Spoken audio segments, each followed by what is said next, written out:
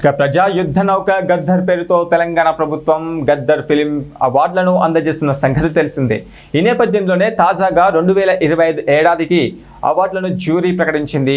Jury 2025 సంవత్సరానికి గాను తుది జాబితాను జ్యూరీ సభ్యులు తెలంగాణ డిప్యూటీ సీఎం బట్టి విక్రమార్కకు అందజేశారు. ప్రజాభవన్లో Telangana film development corporation chairman Dilraju, నటుడు తలికండ్ల భరణి, రోజా రమణి, మణిశర్మ, ప్రగతి తదితరులు బట్టితో భేటీ అయ్యారు.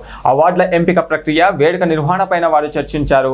అనంతరం జ్యూరీ చైర్మన్ మణిశర్మ ఆధ్వర్యంలో విదేశ జాబితాను అధికారికంగా వెల్లడించారు. NTR national award Indian film artist Shri Konidela Chiranjeevi, 5D Jayaraj film award Indian film personality Shri Kamal Haasan, BN Reddy film award Telugu film director Shri Singeetam Srinivasarao, Nagireddy and Chakrapani film award Telugu producer Shri Chalasani Ashwini Dutt, TL Kantharao award for Telugu film artist Shri R Narayanamurthy,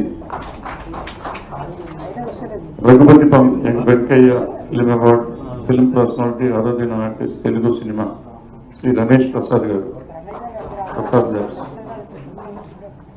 C Narayana Reddy film award poet writer of Telugu cinema Shri Suddala Ashok Teja,